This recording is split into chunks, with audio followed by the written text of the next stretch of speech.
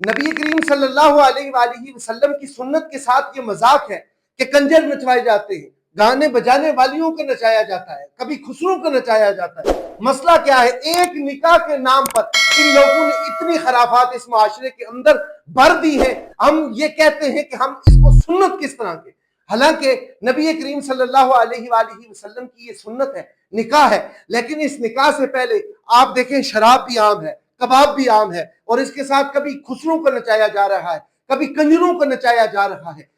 کس طرح کی خرافات اس معاشرے نے اپنے اوپر مسلط کی ہیں، صرف کس کے لیے؟ سنت کو ادا کرنے کے لیے۔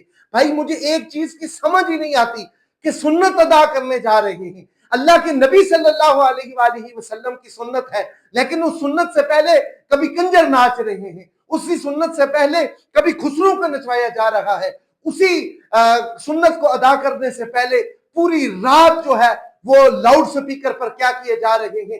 گانے بجائے جا رہے ہیں، اور کہا جا رہا ہے ہم سنت ادا کرتے ہیں، ہم سنت ادا کرنے جا رہے ہیں، ہم نبی کریم صلی اللہ علیہ وسلم کا فرمان ادا کرنے جا رہے ہیں۔ مجھے بتائیں یہ سنت ہے؟ کیا اسے آپ سنت کہیں گے؟ آپ کل نبی مہربان صلی اللہ علیہ وآلہ وسلم کے سامنے کھڑے ہو سکیں گے، جواب دے سکیں گے، اور آپ بتا سکیں گے آپ نے شادی کس طرح کی؟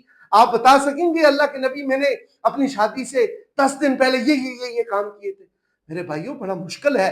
آج آپ نے ایک نکاح، ایک سنت، اس سنت کے ساتھ کتنے خرافات، ایسے خرافات ہیں جو شاید ہم اپنی زبان پر نہیں لا سکتے، تو لہٰذا یہ سنت کا اصل طریقہ نہیں ہے۔ اس سے آپ کو باز آنا پڑے گا، اسے آپ کو ترک کرنا پڑے گا، چھوڑنا پڑے گا۔ اللہ نکاح میں بھی آسانی فرمائے گا، آپ کے گھر والوں پر بھی آسانی فرمائے گا، اور وہ جو جوڑا ہے، وہ جو نکاح کر رہا ہے، اللہ اسے برکتوں سے بھی نوازے گا جب ان تمام چیزوں کو آپ چھوڑیں۔